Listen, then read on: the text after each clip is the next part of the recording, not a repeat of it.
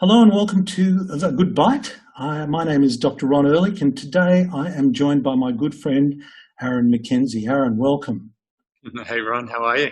I'm well. What an interesting question to be asking people nowadays. Whenever it's a throwaway line in the past. How are you? And now it's a really serious question. I'm answering now. Yeah, it's a really serious question. Tell me what's been happening in your life. What have you been doing? You've been doing so many amazing things. But tell us, share it with our listeners.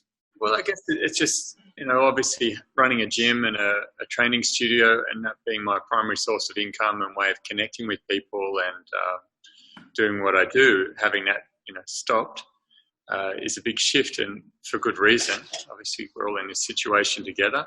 And then just trying to figure out, well, what can I do every day? I think it's easy for us to focus on what we can't do and get caught up in that and get caught watching the news every day and just waiting for something external to give us the okay that everything's going to be all right. But my mind just won't let me do that. It's okay, I've got to be proactive. What can I do myself? What have I got within my control to make a difference? And how can I control my own variables? So, it's getting healthy myself as primary, but then trying to teach other people to have that perspective and focus on themselves and use this as an opportunity to reset, to say, okay, things have been, going along okay, but we can do it better. And this is just a wake-up call to say, let's get healthier. Let's get more connected to our food supply. Let's look after our bodies. Let's connect with the people that we love. And let's slow down a bit. Let's do more, work from home and just spend more time eating good food, not racing around, less time commuting. I think there's just so many positives, and no one is going to say that, what's happening is okay. It's awful. What's happening in hospitals, this whole situation is awful. But the fact that the whole world has just stopped is just proving that we can do this. We can make choices and we can make a better world. We can enjoy this life more, and we can help people get healthier. We can do all of that. It's within our control. And it shouldn't have taken something this bad for us to realize. But I think all of us are starting to understand now that this was quite, not as bad as it could have been. It could have been much worse. It could have been something just as contagious, but also very aggressive. Yeah. And if that was the case, we'd really be stuck, because it's still already challenged to keep up with it. Yeah.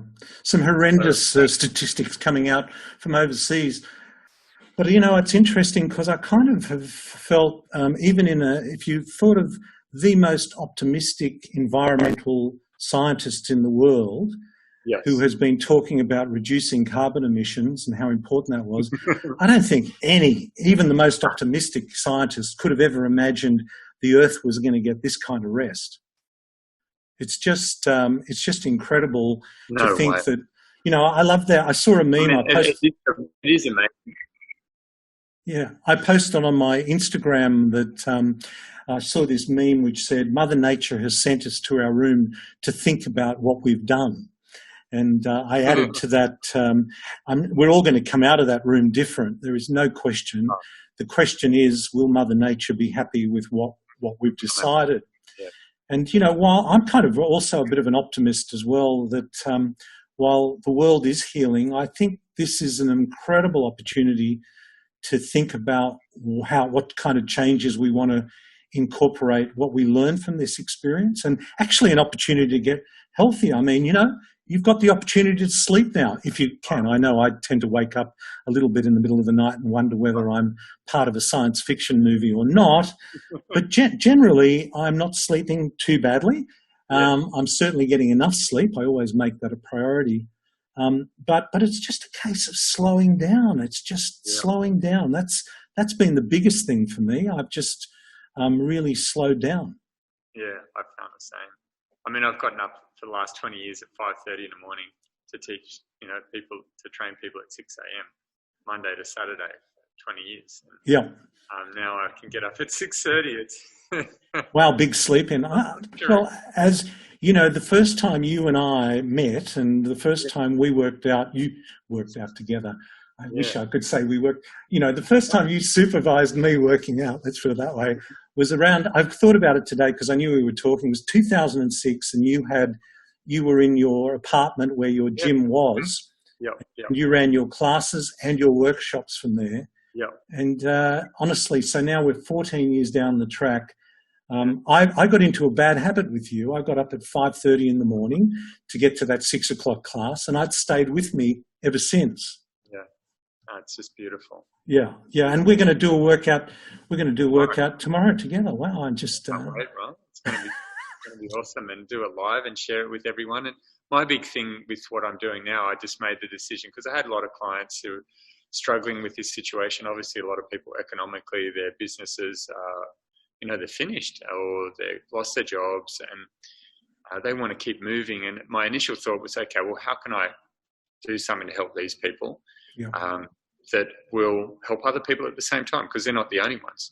Yeah. So I thought, okay, well, I just start doing what I do, which I've been doing for 20 years, and I just make it live and make it free and make it available on Facebook and YouTube every day so people can get this habit Monday to Saturday, do this workout with me, and I'll train with them and share that experience. And if they're stuck at home and they're just figuring out, well, what can I do with the time that I have? And my big thing is just create a routine every day.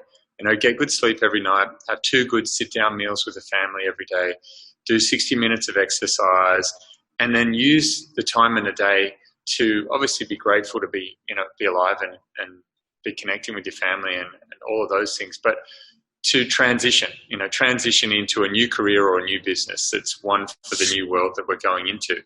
And if the business you had before, the career you had before, now's the time to start that business that you were scared to start because you got some time. And I'm just trying to just motivate, inspire people to go into either health coaching or into this whole farm to table supply chain. Those 2 things I feel are the most important things that each of us can get involved in right now. And that may be just supporting good growers and buying food for an end to cook at home. And it may be just getting healthy yourself so that people around you are inspired by that. But it may be going into becoming an online coach. It may be going into becoming a delivery driver for a good farm to get it to people, because people can't get food now and they're a bit scared to go out. And if you were ever considering, because I've been on the fence about going online, for a while, because I've got a good face-to-face business I've had for a long time. And this is like the biggest kick in my pants to say, make it happen. And if you can't make it happen now with all that demand out there, we have got a captive audience. We know that. This is the time. For all coaches, anyone that's ever had an inkling of becoming a coach and inspiring, or starting an online business or starting a YouTube channel, something, now's the time to inspire the masses, because you and me can't do it for 8 billion people. We can try, we can do our best, but certain people respond to me, certain people respond to you, and we just need more help. And now's the time, and if you can create something, you only have to have X amount of clients with a small amount of coming in from those people. And you've got a decent business model. And it may be that you are just going into that supply chain from farm to table and you're helping farmers, or you decide, okay, I'm going to do it. My business is gone. It's no longer going to be coming back because of the way the world's changed. And now I can get that farm I dreamed of, or whatever it is, and just get involved somehow. I just see those as maybe that seems a little bit distant for some people still, but this just seems like the opportunity for people to get involved in what the real solutions are, because to me, good food, movement, family, connection, slowing down, not traveling all over the planet, flying everywhere, these are beautiful things. Yeah. Well, I think it's really interesting because for the last 40 or so years, we've been encouraged to be good consumers.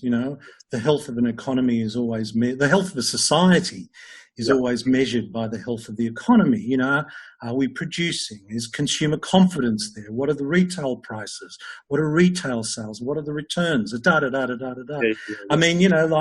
I remember a time before, we didn't get in every news cycle the Dow Jones. I used to think Dow Jones was David Jones's younger brother. When I first heard it, or I used to think I thought the FTSE 500 was a dance until I realised it was the British stock market.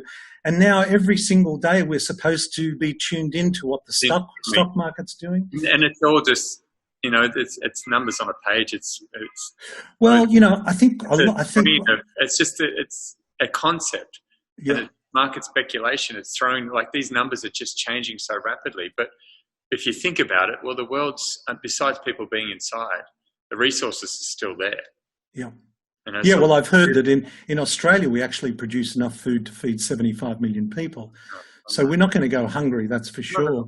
You know, But, so it's a big but issue. we've kind of been encouraged to be good consumers. We haven't really been encouraged to be good citizens. And I think that, you know, I think there are some basic issues, and the issues are, do you have a roof over your head? That's a real issue.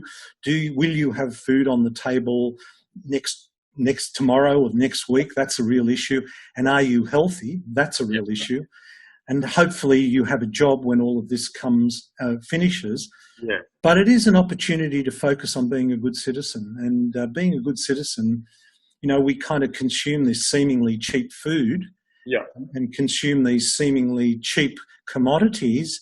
But when we start to factor in the cost of what's going on now, none of that is cheap. I mean, America's, you know, in a center stage, and mass consumers of bad foods, and they're getting smashed by this, you know, and it's awful, but it's such a wake-up call. And it's also interesting that we've, you know, trying to shut down all these government services, and we don't need government. And as soon as something wrong happens, it's for government to step in. So we need to. But listen, I wanted to ask you. I know you're doing, you know, 2 meals a day. That rolled off your tongue very easily. Just share with us what your protocols are, because I know you're going carnivore too. Yeah, I did that. I've done the full hardcore 8 months, just lamb and beef, nothing else, and it was amazing, Ron. I was still questioning it, and even when I first heard about it a couple of years ago, when I really thought about it, I thought, it's a bit crazy, it's a bit much. We still need plants, and the more I got into it, and the better I felt. And it did so much for me in terms of my health. And it challenged all those ideas that, you know, we need X amount of vegetables, you know, and obviously you and me, we don't have any vegetable oils or grain and seed oils, and we're away from the processed food. So we're doing better than most people with that. But there's still this kind of thing about plants being really healthy for people. And I'm not denying that those things aren't there, but they're a double-edged sword. You know, and all the traditional methods of food preparation the culinary arts are a method of making plants more digestible. And all those efforts have been, you know, lately in the last, you know, since the Industrial Revolution, whatever, we're just trying to speed everything up, and we're ignoring a lot of those things that we know from Weston A. Price and Weston A. Price Foundation and what they promote, you know, soaking, sprouting, fermenting, slow cooking, all these things that allow things to become digestible, especially when it comes to plants. And once you start looking at lectins, you look at phytates, you look at salicylates, histamines, oxalates. FODMAPs, oxalates. Man, it's bloody dangerous. I mean, vegetables are dangerous. And the thing is, and it got me, and I've been, as you know, I've been fairly healthy and someone that's lived a fairly healthy life. I've pushed myself a bit hard physically training and, you know, kind of had that approach of trying to make my body more muscular and was addicted and was just attached to that for a long time. And I let that go. So my weight's around, you know, 80 kilos. I'm strong, I'm healthy, lean. But that drive to overeat or whatever probably did some damage. And I ended up with an autoimmune condition. And it's, you know, I think I'm very conscious of my health, and I've still got that. And then if you look around and look at the masses, you know, it's scary because most people just think, oh, they're just getting old and there's nothing they can do. So about 3 years ago, I started to get psoriasis around here and under my eyebrows and all of that. And then I thought, okay, well, what can I do about this? So I'm going through, you know, okay, take out the FODMAPs, okay, rebuild the gut microbiota, take out, you know, excess histamines, take out oxalates. And I did the whole autoimmune paleo protocol. I tried all of those things and it improved without a doubt. You know, definitely helped. But it wasn't until I went, and even I did carnivore the first time, probably about a year and a half ago. And when I did that, I kept chicken, I kept pork, and I was having eggs and I was still eating all different. And I had a little bit, I had butter, I had ghee, had a bit of dairy, and I was kind of doing everything. And it wasn't until I went strict with just ruminants, just beef and lamb, wow. that the switch occurred. And I was doing, all I did, my experiment was I just got half a body of beef. Dom got it for me. Ethical Farmers, awesome. Yep. And we'll have links to Ethical Farmers, and awesome. Amazing, the work he's doing. And so I got myself a chest freezer. I got all my stainless steel containers, and I wanted to find the optimal way to fuel myself, nourish myself, and support the environment. So I got, I can get a quarter body of beef in my chest freezer in the stainless steel containers. I got it at that point. Now it's gone up in price, but it was $12.50 a kilo. Wow. And I lived off 800 grams of meat, including organs and fat, per day for 8 months. And it was probably a little bit less because I was having less than what I would optimally have, but I just wanted to stick to it and see what happened. So 2 400-gram meals a day, including all the fat, all the organs, the bones, everything, making bone broth once a week, and doing that, and having all the testicles, liver, heart, spleen, all the organs. I was able to get all the lamb organs, brain, and just having that much per day, twice a day, and just wanted to see what's going to happen. And I did my blood work before and after, and all my blood work improved. The only thing which I made a video on, which people can watch, is on my cholesterol, which went through the roof. But there's, you and I both know there's a lot of deeper truths to that and the situation. I got my coronary artery calcium score done, which was 0, so there's 0 calcium. No, I won't share my one with you. Well, you indulge a little bit more than I have in the last 20 years. I think 40 or 50 years, but never mind. A couple of drinks at the dinner table, but and I've got 0 there. Even though I've had a very high saturated fat diet, 20 plus years, so my body's very healthy. But then doing this, all my inflammatory markers, everything just improved. Wow. Which was, not that they were high, they weren't out of control with this autoimmune condition. I think because I've been so healthy, it's just keeping it under control. And now I've discovered, because of this corona thing, I started making bone broth a lot more and having it every day. And then I figured out that the histamines are an issue for me, because I had this relief, 6 months of no symptoms, no psoriasis, and then all of a sudden coming back, and I'm thinking, well, maybe it's a stress, maybe it's a situation. And then I put it together and I figured out, well, I'm just having a lot more bone broth and slow cooked meats and things like that. So now I'm ordered my pressure cooker. It should come today, so I'm going to switch over to that and experiment with that and see if taking histamines down improves it all. But so the slower cooking, the slow cooking releases more histamines. Or you create more histamines because of the time factor. Because I do these long slow cooks. I use a slow cooker, which is great for 99% of people that don't have a condition like mine. It's heaven, and it was heaven for me as long as I kept it within a tolerable amount. So I'll get something, take it out of the freezer, put it in the slow cooker, and the next day at lunch, it's perfect. Have a beautiful meal. And then I save up my bones in the freezer, and then I just put them in there. And then I do a 24 to 48 hour broth, just add half a cup of vinegar in there and water, no salt, so that way I get a bit of pull on the bones, and this makes amazing broth. But the problem is that time, that time that the histamines are being able to form or being created. So that was hitting me. So now I've just, the pressure cooker is great because you can do the same type of slow cooking or get the same result as a slow cook in a quarter of the time or a third of the time. Same with broth. So I'm excited to experiment with that and try that. So in terms of, I don't disagree with people eating chicken altogether. I just think the scale in which we're doing it. It used to be a luxury thing, didn't it? Totally. It's a once a week deal. People are eating it every day, and we've got 8 billion people on the planet, and I think we're around 60 billion chickens, which is just stupid. There's no reason. And then of that 60 billion, X amount of egg layers, which I agree with egg layers because I think that's great, but not in the scale that we're consuming. And my grandparents, had the backyard chooks on the farm and fed them all the veggie scraps, and they have these amazing eggs, and that's great.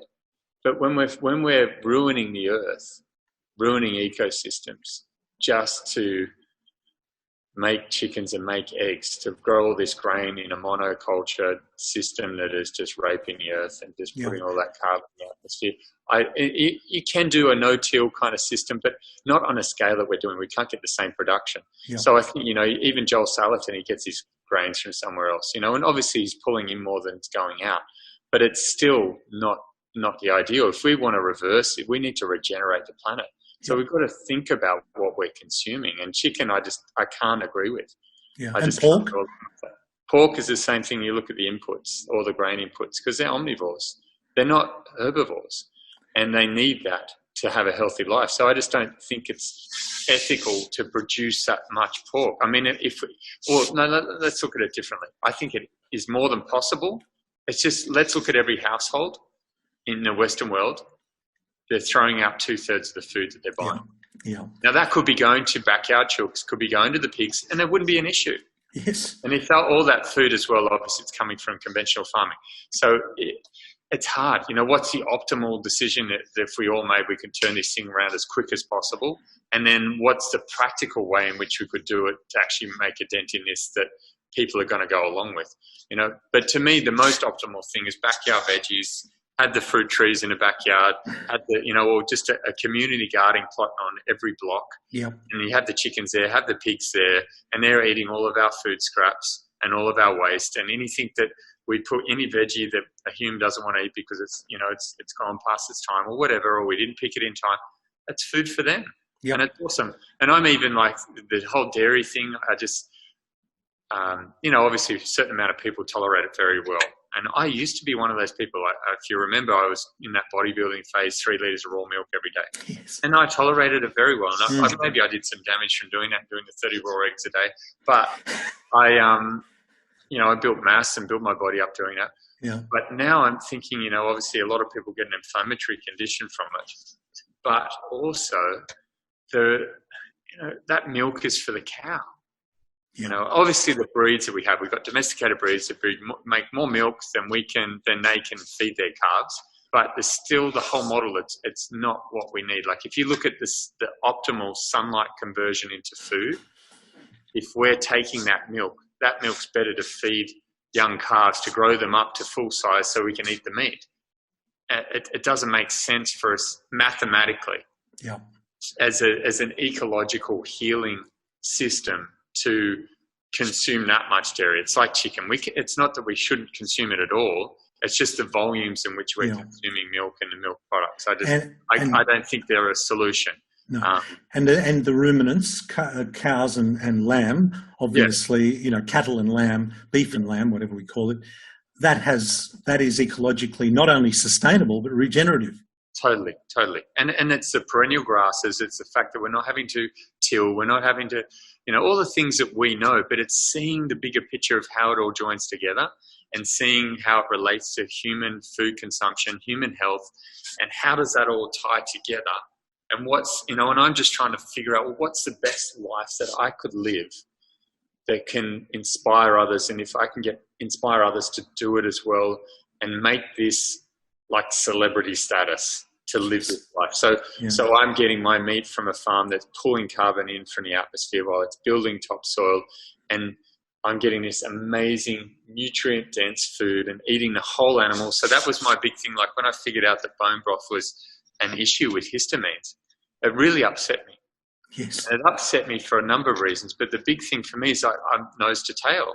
So if I'm not going to make bone broth, what am I going to do with the bones? Yeah, I do put mine back in the soil anyway and compost them to grow veggies, but that's just such a waste to me. And I feel like I'm a failure as a human being if I can't consume that food anymore. But the pressure cooker, it's awesome. This is like, okay, now I can put the bones into the pressure cooker, not get the histamine, still get all the nutrients, add the acidic medium. So the vinegar is an issue for, normal vinegar is a bit more of an issue for histamines, but the apple cider vinegar is much better. So I can do that, and then I can still get the mineral pool. So rather than using the petrochemical-based supplements to get my minerals, which I still do, I still have magnesium, which I would love to phase out, but I've tried, and I've done the whole ruminant thing, and it was the only supplement that I kept through the whole time. Really? But if I supplement with the magnesium, I got cramps. and they're low carb cramps. Hang on, if you didn't supplement with magnesium, you got cramps. Yeah. Is that the only supplement? That's the only thing I took, that and salt, for the 8 months. Right. I took out everything else. And the reason I kept it was because, I had to function. I was really like suffering hardcore cramps, and there's a number of reasons. The one reason is obviously low carb. As soon as you're low carb, you're excreting your sodium and your minerals through that. So you need more to compensate initially until your body normalizes. So that was happening. And then the high fat thing, it does that as well. And then you're not getting any insulin, which retains that. And then you've got on top of that, we're eating the muscle meats, and I'm eating organs, but I'm not eating the blood of the animal. So you're not getting the minerals there. And we're not gnawing on bones and chewing on bones to get the minerals there. Plus, on top of that, even though Dom's doing the best that he can, Australian soils are deficient in the minerals that we need.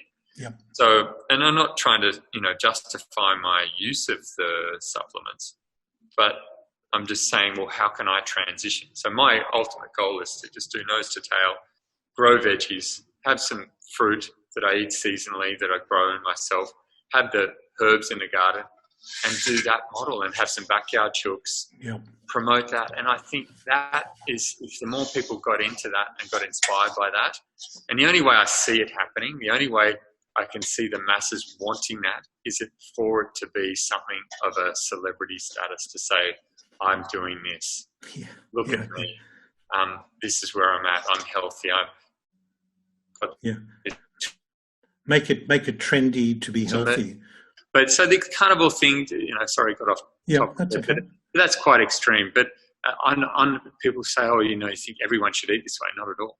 I did it for me because of my gut lining. There was something going on. It was causing this autoimmune condition where my body, own immune system is attacking my own cells. And with psoriasis, it's, that those cells just turning over so quickly because you're hurting them, they flake off and new ones are coming through. So you get this redness and all of this. So, and it's been proven that psoriasis is an autoimmune condition now. Yeah. So that was just coming, but that's just one expression of it. Some other people might have it, as depending on what's happening on the gut lining, they might get different things going on. And that was just mine. And I think I've got a neck condition, a joint condition, had inflammation around that, which mechanically I was still training too hard, and that was another driver. But how did this form in the first place when I'm someone so healthy and conscious of my form, technique, and obviously overtraining came to it. But I think that there's been an underlying gut issue that drove that further and caused a joint degeneration. And interestingly, my initial drive to get on top of my nutrition was a skin condition when I was 17. That's what drove me. And another thing was that my grandmother suffered awful arthritic conditions, which, now thinking back, rheumatoid arthritis and all these osteoarthritic conditions that she was suffering from are related to gut permeability and health. So it was just a big driver for me to say, I want to get healthier. And that made me make the decision to never have gluten again. And then just slowly weed through everything and figure out, well, what's the best nutrition protocol for me? So now my basic recommendation for people is 2 good meals a day, fast for 14 to 18 hours a day, and then have that 10 to 6 hour feeding window. Sit down, relax with your family, enjoy. We've got the luxury now to do it. It's not, yes, we do. It's an opportunity to do that and really connect with every mouthful. Then get to bed on time, get your 7 to 9 hours every night. That's great. Get your training in every day. And in terms of the food choices, just do what works for you. But I find it's classic. The meat and 3 veg thing is just so simple, practical, and just a little bit of fruit. For most people, that's just going to work so well if people just got onto that and just got away from all the processed, refined, packaged foods and just enjoyed getting in the kitchen and cooking amazing food for the family and, using good quality salt so it tastes amazing. Use good herbs from your garden. Start growing some herbs, connect with that, and then purchase your food from good growers so you got good produce. And now we can get online. We can find a way.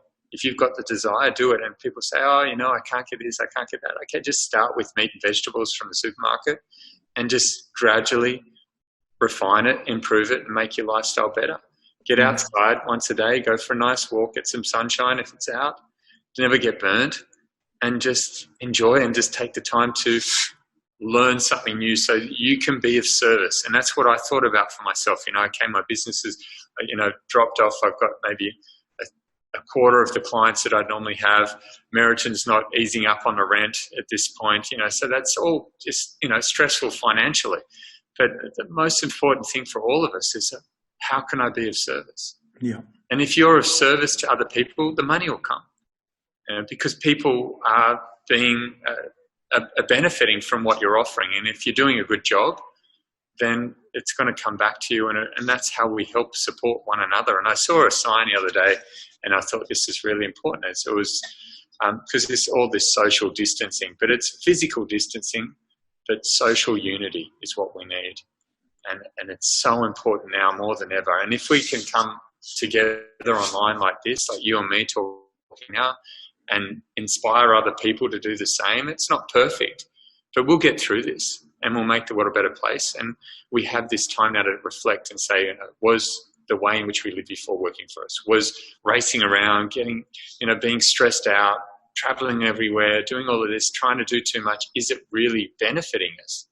But if we can rebuild the economy in a way where we are like this and we can do a lot more from home, and why not? Yeah. Aaron, always such a pleasure. Always such a pleasure. And for the whole 14 years that we've known each other, and may there be many, many more years. And I'm going to so look forward every morning now, except Sunday, I think. Yeah. You're online at 9 o'clock. Saturday, yeah. Huh? 9 o'clock, Monday to Saturday. Monday to Saturday. And we're going to have links to that, and I'm going to look forward to. I've still got, I've got a pretty tatty Origin of Energy T-shirt, which I still wear in every workout. That's awesome, man. So I'm going to look forward to it. Aaron, thank you so much for joining us today. Thank you, Ron. Thanks for the opportunity.